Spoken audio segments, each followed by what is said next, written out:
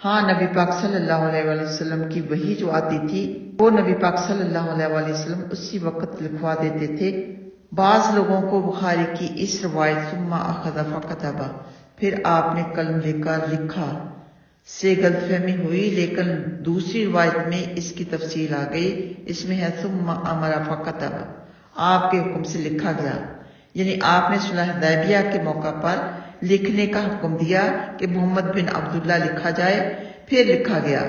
پھر فرمایا آپ قرآن سے پہلے لکھنا پڑھنا نہیں جانتے تھے، پھر فرمایا کہ اگر آپ پڑھے لکھے ہوتے تو یہ آپ کے مخالف اور باطل پر اڑنے والے آپ کے بارے میں کچھ شک کی گنجائش پا سکتے تھے، اور جاہل یہ کہہ سکتے تھے کہ آپ نے پہلے نبیوں کی کتابوں سے یہ قرآن سیکھ لیا ہے، لیکن افسوس پھر بھی جاہلوں نے کہہ ہی دیا کہ وقالوا اساطیر، یہ پہلے لوگوں کی باتیں ہیں، انہیں کو آپ نے لکھ لیا اور یہی صبح شام آپ کے سامنے پڑھی جاتی ہیں۔ اللہ نے جواب دیا، آپ فرما دیں کہ قرآن تو اس نے اتارا ہے جو آسمان و زمین کے ہر راز سے خبردار ہے۔ مشرکوں کی ہٹ دھرمی دیکھیں کہ نبی پاک صلی اللہ علیہ وآلہ وسلم سے ایسے معجزے مانگتے ہیں جن سے آپ کی صداقت ثابت ہو جائے، جیسے حضرت صالح علیہ السلام نے قوم کی خواہش کے مطابق ایک چٹان سے اونٹنی نکال دی تھی۔ اللہ سبحانہ تعالیٰ نے جواب دیا کہ آپ فرما دیں کہ معجزوں کا معاملہ تو اللہ کے اختیار میں ہے، کیونکہ اگر اس کے علم میں یہ بات ہوگی کہ تم معجزے دیکھ کر ایمان لے آؤ گے تو تمہارے مطالبات پورے فرما دے گا۔ اس کے لیے ہر بات آسان اور ہر حال ممکن ہے، وہ ہر چیز پر قادر ہے، اس کے قابو سے کوئی چیز باہر نہیں، لیکن اسے معلوم ہے کہ تمہاری نیت ٹھیک نہیں اور تمہارا مقصد امتحان ہے، ایمان لانا نہیں۔ آگے فرمایا، اے میرے ایمان والے بندو، سبحان اللہ، کتنے پیار سے اللہ سبحانہ تعالیٰ نے ایمان والوں کو پکارا ہے، میرے کہا ہے، تو ہمارا حق کیا بنتا ہے کہ ہم اللہ والے بن کے دکھائیں تاکہ ہمارا ان میں شمار ہو جائے جن کو اللہ سبحانہ تعالیٰ نے میرے کہا ہے، میرے ایمان والے بندو، دیکھو میری زمین فراخ ہے، لہٰذا میری ہی عبادت کرو، ہر شخص موت کا مزہ چکھنے والا ہے، پھر تم سب ہماری ہی طرف لوٹ کر آؤ گے، اور جنہوں نے ایمان لا کر نیک عمل کیے ہم انہیں جنت کے بالا خانوں میں جگہ دیں گے جن کے نیچے نہریں جاری ہوں گی، اور جہاں یہ ہمیشہ ہمیش رہیں گے۔ اچھے عمل کرنے والوں کا کیا بہترین صلہ ہے جو صبر کرتے تھے، اپنے رب ہی پر بھروسہ رکھتے تھے۔ بہت سے ایسے جاندار ہیں جو اپنی روزی اٹھائے نہیں پھرتے، اللہ ہی انہیں روزی پہنچاتا ہے، اور تم کو بھی وہی خوب سننے والا اور خوب جاننے والا ہے۔ یہاں جانداروں کے بارے میں فرمایا کہ وہ روزیاں اٹھائے نہیں پھرتے، یعنی کل کی فکر نہیں کرتے، اللہ ہی پر بھروسہ کرتے ہیں، تو اللہ انہیں بھی روزی پہنچاتا ہے۔ جو اپنے ملک سے ہجرت کرتے ہیں ان کی روزی کا بھی اللہ تعالیٰ ہی بندوبست کرتا ہے، لیکن چاہیے یہ کہ اللہ پر بھروسہ کیا جائے کہ اللہ دے دے گا ہمیں۔ آگے فرمایا، اور اگر آپ ان سے پوچھیں کہ یہ آسمان و زمین کس نے بنائے اور کس نے سورج اور چاند کو مسخر کر دیا، تو وہ اللہ ہی کو بتائیں گے، پھر کدھر الٹے جا رہے ہیں۔ اللہ اپنے بندوں میں سے جس کا چاہے رزق فراخ کر دیتا ہے اور جس کا چاہے تنگ کر دیتا ہے، بے شک اللہ ہر چیز کو اچھی طرح سے جانتا ہے۔ اگر آپ ان سے پوچھیں کہ آسمان سے کس نے پانی اتار کر اس سے مردہ زمین زندہ کی، تو وہ اللہ ہی کو بتائیں گے۔ آپ بھی الحمدللہ پڑھیں، بلکہ اکثر لوگ سمجھتے نہیں۔ یہ دنیوی زندگانی محض کھیل اور تماشا ہے، یقین مانو سچی زندگی تو آخرت ہی کا گھر ہے۔ کاش لوگ غور کرتے اور جب کشتیوں میں سوار ہوتے ہیں تو خالص اللہ ہی کو پکارتے ہیں، پھر جب وہ انہیں بچا کر خشکی پر لے آتا ہے تو فوراً شرک کرنے لگتے ہیں تاکہ ہماری دی ہوئی نعمتوں کی ناشکری کریں اور کچھ دنوں فائدہ اٹھا لیں، عنقریب معلوم ہو جائے گا۔ کیا انہیں معلوم نہیں کہ ہم نے حرم کو امن والا بنایا اور اس کے چاروں طرف لوگوں کو اچک لیا جاتا ہے؟ پھر کیا یہ باطل پر ایمان رکھتے ہیں اور اللہ کی نعمتوں کی ناشکری کرتے ہیں؟ اور اس سے بڑھ کر کون ظالم ہوگا جو اللہ پر جھوٹ باندھے یا جب اس کے پاس حق آئے تو اسے جھٹلا دے؟ کیا جہنم میں کافروں کا ٹھکانہ نہیں ہے؟ اور جو لوگ ہماری راہ میں تکلیفیں اٹھاتے ہیں ہم یقیناً انہیں اپنی راہیں دکھا دیں گے۔ واقعہ اللہ تعالیٰ مخلصوں کے ساتھ ہے، تو حرم میں بسنا بھی اللہ سبحانہ تعالیٰ کی رحمت ہے۔ حق تعالیٰ قریش کو اپنی نعمت یاد دلا رہا ہے کہ ہم نے انہیں حرم میں بسایا جس میں مقیم و غیر مقیم سب برابر ہیں۔ جو یہاں آ جاتا ہے امن و امان پا جاتا ہے۔ اسی وجہ سے قریشی نڈر ہو کر امن و امان سے زندگی بسر کر رہے ہیں اور حرم کے آس پاس والے دیہاتی لوٹ کھسوٹ کر رہے ہیں اور ایک دوسرے کو قتل کر رہا ہے، تو یہ امن والا شہر ہے۔ الحمدللہ اللہ سبحانہ تعالیٰ کے فضل و کرم کے ساتھ ہماری سورہ عنکبوت مکمل ہوئی، پایہ تکمیل تک پہنچی۔ اللہ سبحانہ تعالیٰ قبول فرمائے، غلطی کوتاہی معاف فرمائے، ہم سب سے راضی ہو جائے، ہم سب کو جنت الفردوس میں جگہ عطا فرمائے، آمین۔ تو آگے ہے سورہ روم۔ یہ ترتیب کے لحاظ سے 30 سورت ہے اور نزول کے لحاظ سے 84 اور یہ مکہ میں نازل ہوئی یعنی مکی صورت ہے۔ اس میں 60 آیات اور 6 رکوع ہیں۔ آئیے پہلے اس کی فضیلت پڑھ لیتے ہیں۔ ایک دفعہ نبی پاک صلی اللہ علیہ وآلہ وسلم نے صبح کی نماز پڑھائی اور سورہ روم پڑھتے پڑھتے بھول گئے۔ سلام پھیر کر فرمایا، بعض نمازی صحیح وضو کر کے نہیں آتے جس سے تلاوت میں گڑبڑ ہو جاتی ہے، اس لیے جو شخص ہمارے ساتھ نماز پڑھے وہ اچھی طرح سے وضو کر کے آئے۔ مقتدیوں کے وضو کی کمی کے باعث رحمت عالم صلی اللہ علیہ وآلہ وسلم پر اس لیے اثر پڑا کہ امام کی نماز کے ساتھ مقتدیوں کی نماز وابستہ ہے، اس میں یہی نکتہ ہے۔ تو یہ بھی معلوم ہوا کہ وضو اچھی طرح سے کرنا ہے، مل مل کے اپنے جسم کے اعضاء کو دھونا ہے جو کہ دھونے والے اعضاء ہیں۔ بسم اللہ الرحمن الرحیم، شروع اللہ کے نام سے جو بہت مہربان نہایت رحم والا ہے۔ الف لام میم حروف مقطعات ہیں، ان کا علم صرف اللہ سبحانہ تعالیٰ ہی کو معلوم ہے۔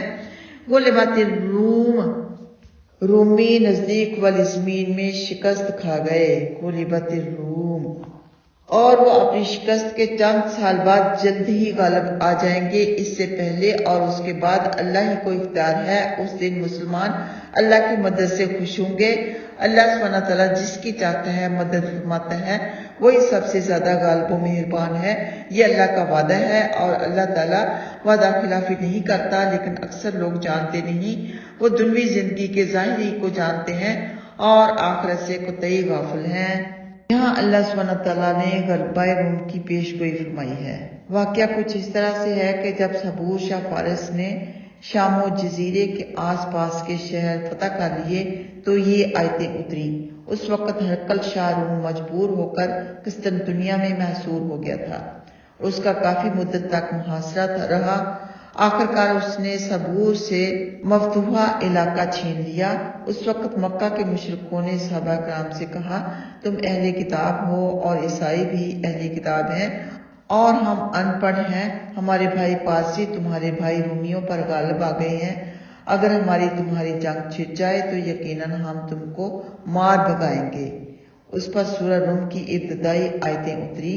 ابو بکر رضی اللہ تعالیٰ عنہ نے مشرکوں سے جا کر کہا، آج تم ہمارے بھائیوں پر اپنے بھائیوں کے غلبے سے اتر رہے ہو، اتراؤ مت، اللہ تمہاری آنکھیں ٹھنڈی نہیں فرمائے گا، اللہ کی قسم رومی پارسیوں پر غالب آ جائیں گے۔ اس بات کی خبر ہمیں ہمارے محبوب صلی اللہ علیہ وآلہ وسلم جو کہ نبی ہیں انہوں نے دی ہے۔ آگے فرمایا کہ انہوں نے اپنے دلوں میں اس بات پر غور نہیں کیا کہ اللہ نے آسمان و زمین کو اور ان کی درمیانی چیزوں کو قرینہ سے مقررہ تک ہی کے لیے پیدا کیا ہے، اور بہت سے لوگ تو اپنے رب کی ملاقات ہی کے انکاری ہیں۔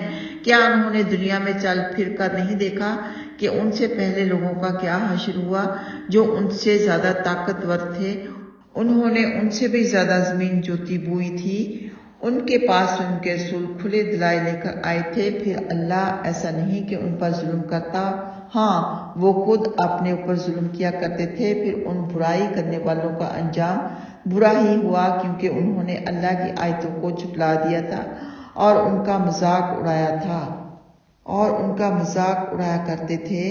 اللہ ہی مخلوق کو شروع میں پیدا کرتا ہے، پھر وہی اسے دوبارہ پیدا کر دے گا، پھر تم سب اسی کی طرف لوٹ کر جاؤ گے، اور جس دن قیامت آ جائے گی تو مجرموں کی امیدوں پر پانی پھر جائے گا اور ان کا کوئی شریک ان کا سفارشی نہ ہوگا، اور خود یہ بھی اپنے شریکوں کا انکار کر دیں گے۔ اور جس دن قیامت آ جائے گی اس دن جماعتیں جدا جدا ہوں گی، پھر جو ایمان لائے تھے اور نیک عملوں میں لگے رہے تھے وہ تو سب بہشتوں کے باغوں میں موج اڑائیں گے، اور جو ایمان نہیں لائے تھے اور ہماری آیتوں کو جھٹلاتے رہتے تھے اور آخرت کی ملاقات کو بھی، وہ عذاب میں گرفتار کر لیے جائیں گے۔ لہٰذا تم صبح شام اللہ کی پاکی بیان کرو۔ آسمان و زمین میں تمام تعریفوں کے لائق وہی ہے، اور عشاء اور ظہر کے وقت بھی اسی کی پاکی بیان کیا کرو۔ وہی جاندار کو بے جان سے اور بے جان کو جاندار سے پیدا کرتا ہے، اور زمین کو اس کے مر جانے کے بعد زندہ کرتا ہے، اسی طرح تم بھی پیدا کر دیے جاؤ گے۔ فرمایا صبح شام اللہ کی پاکی بیان کرو، یعنی اللہ اپنی مقدس ذات کی پاکی بیان کرنے کے لیے فرما رہا ہے، اور اپنے بندوں کو دن رات میں 5 بار اوقات مخصوصہ میں تسبیح احمد کی ہدایت فرما رہا ہے، یعنی صبح، ظہر، اس کے بعد عصر، مغرب، عشاء، یہ 5 اوقات قدرت کے کمال پر اور اللہ کے غلبہ کی اور اللہ سبحانہ تعالیٰ کی عظمت پر دلالت کرتے ہیں۔ شام اپنی تاریکیاں لے کر آتی ہے اور صبح اپنے دامن میں نور کی کرنیں لاتی ہے۔ پھر تسبیح کے مناسب بیچ میں ایک جملہ لایا گیا جس میں اللہ کی حمد کا بیان ہے۔ نبی پاک صلی اللہ علیہ وآلہ وسلم نے فرمایا، کیا میں تم کو نہ بتاؤں کہ اللہ نے حضرت ابراہیم علیہ السلام کا، جنہوں نے شرعی احکام پر پورا عمل کیا، خلیل اللہ کیوں نام رکھا؟ اس لیے کہ آپ روزانہ صبح شام یہ پڑھا کرتے تھے، فسبحان اللہ حین تمسون وحین تصبحون وَلَهُ الْحَمْدُ فِي السَّمَاوَاتِ وَالْأَرْضِ وَعَشِيًّا وَحِینَ تُظْہِرُونَ۔ تو یہ جو صبح شام کے اذکار ہیں نا، وہاں پر بھی ہے، یہ اپنی تسبیحات میں آپ شامل کر لیں کہ صبح شام آپ نے یہ آیات ضرور پڑھنی ہے۔ آگے فرمایا، اور اس کی نشانیوں میں سے ایک یہ بھی نشانی ہے کہ اللہ نے تم کو مٹی سے پیدا کیا، پھر اچانک تم انسان بن کر چلنے پھرنے لگتے ہو، اور اس کی نشانیوں میں سے ایک یہ بھی نشانی ہے کہ اس نے تمہیں میں سے تمہارے لیے بیویاں پیدا کی تاکہ تم کو ان سے آرام ملے، اور اس نے تمہارے درمیان محبت و شفقت پیدا کر دی۔ واقعہ اس میں سوچنے والوں کے لیے بڑی نشانیاں ہیں، یعنی تمہاری ہم جنس میں سے عورتیں پیدا کی تاکہ تم ان سے شادی کرو، سکون پاؤ۔ پھر میاں بیوی میں محبت شفقت بھی رکھ دی۔ مرد عورت کو یا تو محبت کی وجہ سے رکھتا ہے، یعنی اپنی بیوی کو، یا اس سے اولاد کی وجہ سے کہ اولاد حاصل کرنے میں اسی کا وہ محتاج ہے، کیونکہ وہ اس کا کفیل ہے اور اسے خرچ دیتا ہے۔ سوچنے والوں کے لیے تو اس میں بھی اللہ کی قدرت بہت ہی بڑی نظر آتی ہے، بڑی نشانیاں نظر آتی ہیں۔ اللہ اکبر! نہ بیوی کو اپنے خاوند سے ڈر ہوتا ہے، نہ خاوند کو اپنی بیوی سے ڈر ہوتا ہے، یعنی کسی قسم کا بھی ڈر نہیں ہوتا۔ آگے اللہ سبحانہ تعالیٰ نے فرمایا، اور اس کی نشانیوں میں سے آسمان و زمین کا پیدا کرنا ہے اور تمہاری زبانوں اور رنگوں کا اختلاف ہے، یقیناً اس میں جاننے والوں کے لیے بڑی نشانیاں ہیں۔ اور اس کی نشانیوں میں سے رات میں تمہارا سونا اور دن میں تمہارا اس کے فضل کو تلاش کرنا ہے، بلا شبہ اس میں سننے والوں کے لیے بڑی نشانیاں ہیں۔ تو نیند اللہ سبحانہ تعالیٰ کی طرف سے ایک بہت بڑی نعمت ہے۔ جب کسی کو نیند نہیں آتی تو دیکھیں کیا حال ہوتا ہے، انسان بہت زیادہ تھک جاتا ہے، بے چین ہوتا ہے، کروٹیں بدلتا ہے بار، اور جس خوش نصیب کو نیند آ جاتی ہے تو وہ فریش ہو جاتا ہے، تھکن اس کی دور ہو جاتی ہے، تازہ دم ہو جاتا ہے، پھر وہ دن میں اٹھ کر اپنی روزی تلاش کرنے کے لیے نکل جاتا ہے، یا جو بھی دن میں کام کرنے والے ہوتے ہیں وہ کر لیتا ہے۔ تو دن اللہ سبحانہ تعالیٰ نے کام کاج کرنے کے لیے، کھانے پینے کے لیے، عبادت کرنے کے لیے بنایا ہے، اور رات سکون کے لیے بنائی ہے۔ لیکن جو اللہ کے نیک بندے ہیں وہ رات کو بھی کروٹ بدلتے وقت اللہ کا نام لیتے ہیں، کبھی اللہ اکبر کہتے ہیں، کبھی سبحان اللہ کہتے ہیں، کبھی اللہ سے بخشش طلب کرتے ہیں۔ تو یہاں پر نیند نہ آنے کی حدیث بھی آپ کو بتا دیتی ہوں کہ زید بن ثابت رضی اللہ تعالیٰ عنہما فرماتے ہیں، ایک رات مجھے نیند نہیں آئی، صبح کو میں نے رحمت عالم صلی اللہ علیہ وآلہ وسلم سے کہا کہ اے اللہ کے نبی صلی اللہ علیہ وآلہ وسلم، رات بھر مجھے نیند نہیں آئی۔ فرمایا، یہ دعا پڑھ کر سو جانا۔ میں نے رات کو یہ دعا پڑھی اور سو گیا۔ دعا یہ ہے، اللہم غارت النجوم وہدات العیون وانت حی قیوم یا حی یا قیوم انم عینی واہدا لیلی۔ اے اللہ، تارے جگمگا رہے ہیں اور دنیا کی آنکھیں بند ہیں، اور تو زندہ اور سنبھالنے والا ہے۔ اے زندہ اور سنبھالنے والے، میری آنکھوں کو سلا اور میری رات کو آرام دے بنا۔ یہ انشاءاللہ ویڈیو کے آخر میں یعنی یوٹیوب ویڈیو کے آخر میں آپ کو یہ دعا لکھی ہوئی مل جائے گی۔ آگے فرمایا اور اس کی نشانیوں میں سے یہ بھی ایک نشانی ہے کہ وہ تم کو ڈرانے اور امیدیں قائم رکھنے کے لیے بجلی دکھاتا ہے اور آسمان سے پانی برسا کر اسے خشک زمین کو سرسبز و شاداب بنا دیتا ہے۔ واقعہ اس میں بھی عقل والوں کے لیے بڑی بڑی نشانیاں ہیں، اور اس کی نشانیوں میں سے ایک یہ بھی نشانی ہے کہ اس کے حکم سے آسمان و زمین قائم ہے۔ پھر جب وہ تم کو آواز دے گا تو فوراً تم زمین سے نکل کھڑے ہوگے، یعنی قیامت والے دن قبروں سے لوگ نکل کھڑے ہوں گے۔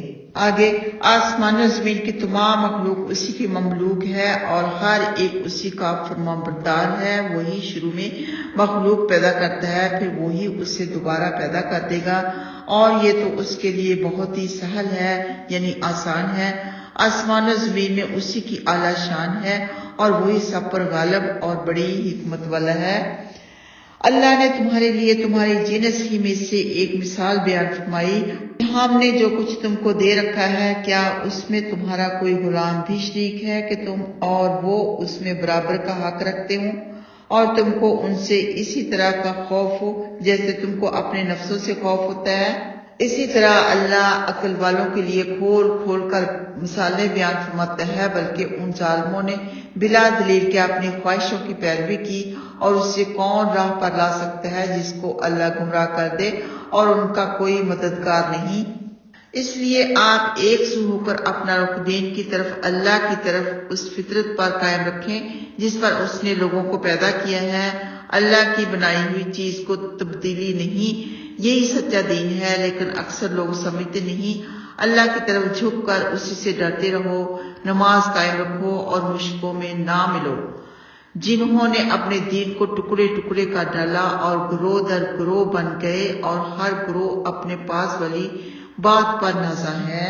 پھر جب لوگوں کو کوئی مصیبت پہنچتی ہے تو اپنے رب کی طرف جھک کر اسی سے دعائیں مانگتے ہیں کہ اے رب یہ مصیبت ٹال دے۔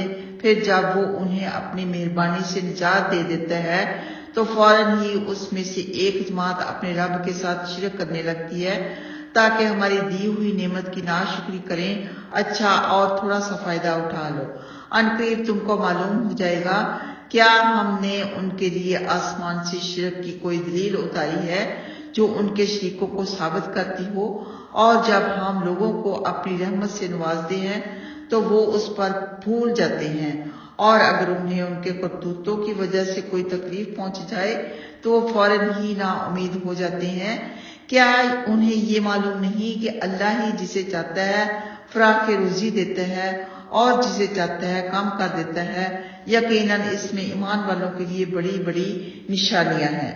انسان کی ایک فطری عادت جو ہے وہ بہت بری عادت ہے، جس کے بارے میں فرمایا گیا ہے کہ یہاں انسان کی عادت ہونے کے اعتبار سے ایک بری عادت کی مذمت یہ ہے کہ وہ نعمتوں پر اترا کر مغرور سرکش ہو جاتا ہے اور گھمنڈ کرنے لگتا ہے اور صاف کہہ دیتا ہے مجھ سے برائیاں ٹل گئیں۔ دل ہی دل میں خوش ہوتا ہے، دوسروں پر فخر کرتا ہے اور مصیبتوں میں گھر کر نا امید ہو جاتا ہے اور آس توڑ دیتا ہے کہ اب کبھی مجھے آرام نصیب نہیں ہوگا، یعنی صبر ٹوٹ جاتا ہے اس کا۔ ہاں جو لوگ صابر ہیں اور نیک عمل کرتے رہتے ہیں وہ اس بری عادت سے محفوظ رہتے ہیں، ان کے لیے بخشش ہے اور بڑا صلہ ہے، یعنی مصائب پر صبر کرتے ہیں اور حالت عافیت میں نیک عمل کرتے ہیں۔ جیسے کہ حدیث پاک میں بھی ہے کہ مومن کی خوش قسمتی ہے کہ اس کے لیے اللہ کے ہر فیصلہ میں خیر و برکت ہے۔ اگر اسے آرام پہنچتا ہے تو شکر بجا لاتا ہے، اور اگر تکلیف پہنچتی ہے تو صبر کرتا ہے، دونوں حالتوں میں اس کے لیے خیر ہی خیر ہے۔ اللہ کسی کو روزی دے کر آزماتا ہے، کسی کو کم روزی دے کر آزماتا ہے۔ اللہ سبحانہ وتعالی ہمیں کامل ایمان کی روشنی عطا فرمائے، آمین۔ آگے ہے رشتہ دار کو اور محتاج و مسافر کو ہر ایک کو اس کا حق دو، یہ ان کے لیے بہتر ہے جو اللہ کی رضا چاہتے ہیں، ایسے ہی لوگ کامیاب ہوں گے۔ تم اپنا مال جو بیاج پر دوسروں کو دیتے ہو تاکہ لوگوں کے مالوں میں تمہارا مال بڑھتا رہے، یعنی سود پر، وہ اللہ کے نزدیک نہیں بڑھتا، اور جو اللہ کی رضا جوئی کے لیے زکوٰۃ دیتے ہو تو ایسے ہی لوگ مال بڑھانے والے ہیں۔ اللہ ہی نے تم کو پیدا کیا، پھر اسی نے روزی دی، پھر وہی مارے گا، پھر وہی دوبارہ زندہ کرے گا۔ ہے تمہارے شریکوں میں سے کوئی ایسا جو ان کاموں میں سے ایک کام بھی کر سکے؟ مشرکوں کی افترا پردازیوں سے اللہ پاک و بری ہے۔ لوگوں کی بدعمالیوں کی وجہ سے خشکی اور تریم میں فساد پیدا ہو گیا تاکہ اللہ انہیں ان کے بعض کرتوتوں کی سزا چکھا دے تاکہ گناہوں سے باز آ جائیں۔ آپ فرما دیں دنیا میں چل پھر کر دیکھو کہ تم سے پہلے لوگوں کا کیا انجام ہوا، جن میں سے اکثر مشرک تھے، یعنی جن میں سے اکثر بت پرست تھے۔ اس لیے آپ اپنا رخ اسی سچے دین کی طرف رکھیں بیشتر اس کے کہ اللہ کی طرف سے وہ دن آ جائے جس کو کوئی لٹا نہیں سکتا۔ اس دن لوگ جدا جدا ہو جائیں گے، جس نے کفر کیا ہوگا اس کے کفر کا وبال اسی پر ہوگا، اور جو نیک عمل کر رہے ہوں گے وہ اپنے لیے فرش بچھا رہے ہیں تاکہ اللہ اپنے فضل سے ایمان والوں کو جو نیک عملوں میں لگے رہتے ہیں بہترین صلاح دے۔ یقین مانو وہ کافروں کو محبوب نہیں رکھتا۔ اور اس کی نشانیوں میں سے ایک نشانی بشارت دینے والی ہواؤں کو چلانا بھی ہے تاکہ وہ تم کو اپنی رحمت کا ذائقہ چکھائے، اور تاکہ کشتیاں اس کے حکم سے چلیں، اور تاکہ تم اس کا فضل تلاش کرو، اور تاکہ تم شکر ادا کرو۔ بلا شبہ ہم نے آپ سے پہلے تمام قوموں کی طرف رسول بھیجے، وہ ان کے بعد صاف صاف معجزے لے کر آئے، پھر ہم نے مجرموں سے انتقام لیا، اور ایمان والوں کی مدد ہمارے ذمہ واجب ہے۔ اللہ ہی ہوائیں بھیجتا ہے جو بادل اٹھاتی ہیں، پھر وہ اسے اپنی مرضی کے مطابق آسمان میں پھیلا دیتا ہے اور اس کے ٹکڑے ٹکڑے کر دیتا ہے، پھر تم دیکھتے ہو کہ اس میں سے قطرے برس پڑتے ہیں، پھر اللہ اپنے بندوں میں سے جس پر چاہتا ہے اسے برسا دیتا ہے، تب دفتر وہ کھل اٹھتے ہیں۔ یقین مانو کہ وہ قبل اس کے کہ ان پر میغ برسایا جائے آس توڑے ہوئے تھے۔ پھر تم اللہ سبحانہ تعالیٰ کی رحمت کے آثار دیکھو کہ وہ خشکی کے بعد زمین کو کس طرح سرسبز اور شاداب بنا دیتا ہے۔ یقین مانو وہ اسی طرح مردوں کو زندہ فرما دے گا، اور وہ ہر چیز پر خوب قادر ہے۔ اور اگر ہم تیز ہوا بھیج دیں اور لوگ کھیتوں کو زرد مرجھائے ہوئے دیکھ لیں تو پھر اس کے بعد ناشکری کرنے لگیں۔ بلا شبہ آپ مردوں کو نہیں سنا سکتے اور نہ بہروں کو اپنی آواز سنا سکتے ہیں جبکہ وہ پیٹ پھیر کر جا بھی رہے ہوں، اور نہ آپ اندھوں کو ان کی گمراہی سے راہ پر لا سکتے ہیں۔ آپ تو صرف انہیں کو سنا سکتے ہیں جو ہماری آیتوں پر ایمان رکھتے ہیں اور فرمانبردار بھی ہیں۔ کافروں کی مثال مردوں کی طرح فرمائی گئی، یعنی جس طرح آپ کے بس میں قبروں میں مردوں کو سنانا نہیں اور بہروں تک جو پیٹھ موڑ کر جا بھی رہے ہوں اپنی آواز پہنچانا نہیں، اسی طرح جو حق سے اندھے ہیں آپ انہیں بھی راہ دکھانے پر اور ان کی گمراہی سے روک دینے پر قادر نہیں، بلکہ یہ کام اللہ کا ہے، اس کی قدرت میں سب کچھ ہے۔ وہی جب چاہے مردوں کو زندوں کی آواز سنا دے، جسے چاہے ہدایت دے دے اور جسے چاہے گمراہ کر دے، اور کسی کے بس کی یہ بات نہیں۔ آپ تو صرف انہی کو سنا سکتے ہیں جن کا ہمارے احکام پر ایمان ہے، جو جھکے ہوئے ہیں، مان رہے ہیں اور عمل پیرا ہیں۔ یہی لوگ حق بات سن کر اس کی پیروی کرتے ہیں، ایسا مومن ہی کرتے ہیں۔ لہذا پہلی مثال کافروں کی اور یہ مثال مومنوں کی ہے۔ اور سورہ انعام میں بھی اللہ سبحانہ تعالیٰ نے فرمایا وہی مانتے ہیں جو سنتے ہیں، اور مردوں کو بھی حق تعالیٰ زندہ کر دے گا، پھر وہ اسی کی طرف لوٹائے جائیں گے۔ نبی پاک صلی اللہ علیہ وآلہ وسلم نے فرمایا کہ جو شخص اپنے کسی ایسے مسلمان بھائی کی قبر سے گزرتا ہے جسے وہ دنیا میں جانتا تھا، پھر اسے سلام کرتا ہے تو اللہ اس کی روح اس میں لوٹا دیتا ہے یہاں تک کہ وہ سلام کا جواب دے دیتا ہے۔ یہاں پر کسی اتھینٹک حدیث کا حوالہ تو نہیں دیا گیا، اسی لیے اس بات میں اختلاف ہے کہ کچھ علماء کرام کہتے ہیں کہ مردے نہیں سن سکتے، لیکن یہ ضرور اتھینٹک حدیث سے ثابت ہے کہ جب بھی کوئی درود پاک پڑھتا ہے تو اللہ سبحانہ تعالیٰ نبی پاک صلی اللہ علیہ وآلہ وسلم کی روح کو لوٹا دیتے ہیں اور وہ ان کے لیے دعا کرتے ہیں۔ اور یہ تو ہمیں فوت ہونے کے بعد ہی پتہ چلے گا کہ کیا معاملہ ہوتا ہے۔ اللہ سبحانہ تعالیٰ ہم سب کو عالم برزخ کی، آخرت کی ہر قسم کی کامیابی عطا فرمائے۔ آگے اللہ سبحانہ تعالیٰ نے فرمایا اللہ ہی نے تم کو کمزوری میں پیدا کیا، پھر کمزوری کے بعد طاقت بخشی، پھر طاقت کے بعد کمزوری اور بڑھاپا دیا۔ وہ جو چاہے پیدا کرے اور وہی خوب جاننے والا اور خوب خبردار ہے۔ اور جس دن قیامت آ جائے گی تو مجرم قسمیں کھا کھا کر کہیں گے کہ وہ گھڑی بھر ہی ٹھہرے، اسی طرح دنیا میں یہ بہکے ہوئے ہی رہے، اور جن لوگوں کو علم و ایمان نصیب ہے وہ جواب دیں گے کہ تم اللہ کی کتاب کے مطابق قیامت تک ٹھہرے رہے، اس لیے یہ قیامت کا دن آ گیا ہے، لیکن تم کو تو اس کا یقین ہی نہ تھا۔ پھر اس دن کوئی عذر ظالموں کے کام نہ آئے گا اور نہ ان سے توبہ طلب کی جائے گی۔ بلا شبہ ہم نے اس قرآن میں لوگوں کے لیے ہر قسم کی مثالیں بیان کر دی ہیں، اور اگر آپ ان کے پاس کوئی نشانی لے کر آئیں تو یقیناً کافر یہی کہیں گے کہ تم جھوٹے ہو۔ اسی طرح اللہ ان لوگوں کے دلوں پر مہر لگا دیتا ہے جو یقین نہیں لاتے، اس لیے آپ صبر کریں، دیکھیے اللہ کا وعدہ سچا ہے اور یقین نہ لانے والے آپ کو خفیف نہ کر دیں۔ انتہائی روشنی کے باوجود بھی کافر ایمان لانے والے نہیں، وہ ڈھیٹ ہیں، متکبر ہیں۔ اللہ سبحانہ تعالیٰ نے یہاں پر فرما دیا کہ ہم نے لوگوں کے سامنے حق کھول کھول کر اور مثالیں دے دے کر ذہن نشین کرا دیا تاکہ وہ اس کے پیروکار بن جائیں۔ نبی پاک صلی اللہ علیہ وآلہ وسلم کو آخر میں تسلی دی جا رہی ہے کہ ہر کام میں اللہ کا وعدہ سچا ہے، آپ مشرکوں کی مخالفت اور دشمنی کو برداشت کر لیں، اللہ نے جو آپ سے وعدہ فرمایا ہے وہ ضرور پورا ہوگا، دنیا اور آخرت میں حسن انجام آپ ہی کا اور آپ کے ماننے والوں ہی کا ہوگا۔ یہ بے ایمان آپ کو آپ کے فرائض سے نہ روک دیں، آپ تو اپنے کام میں لگے رہیں اور جم کر اپنے فرائض انجام دیتے رہیں، کیونکہ آپ بلا خوف و تردید اسی حق پر ہیں جس کے سوا کوئی راہ ہدایت قابل اتباع ہے ہی نہیں۔ تمام صداقتیں آپ ہی کے دین میں بند ہیں۔